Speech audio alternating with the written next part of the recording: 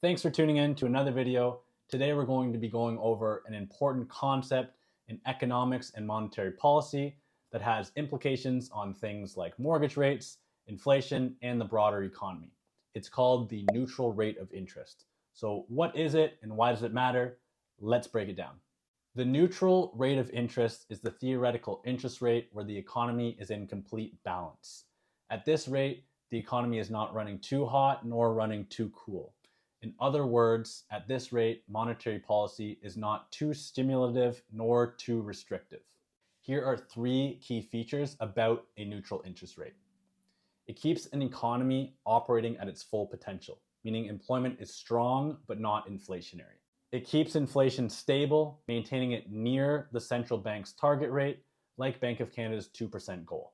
It's not fixed and changes based on economic conditions, such as demographic trends, productivity, and global financial markets. Currently, Bank of Canada's overnight rate is said to be 2.75%, which economists widely predict the overnight rate will return to by mid-2025.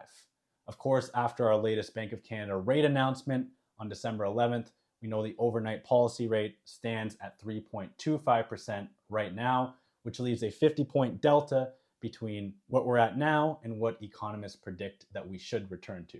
Of course, a lot of things can happen between now and then, and this is just a prediction modeled by economists. When interest rates are above the neutral rate, like we've seen recently, cost of capital and borrowing is more expensive, which slows down the economy.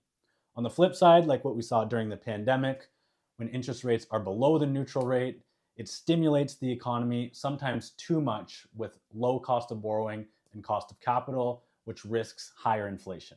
Central banks, like the Bank of Canada or the Federal Reserve in the US, use the neutral interest rate as a guidepost for setting monetary policy. You can think of the neutral interest rate kind of like a car being on cruise control.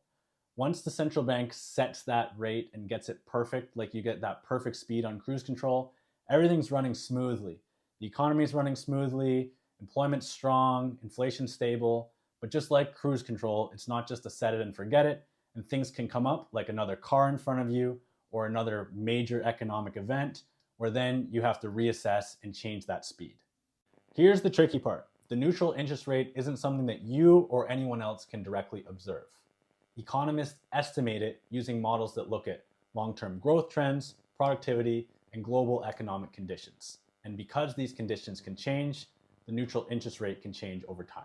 In summary, I think neutral interest rate is at least an important topic to know about, especially with all the talk around rate cuts, rate pauses, rate increases, decreases from the Bank of Canada, how it affects the economy, how much Bank of Canada is going to cut.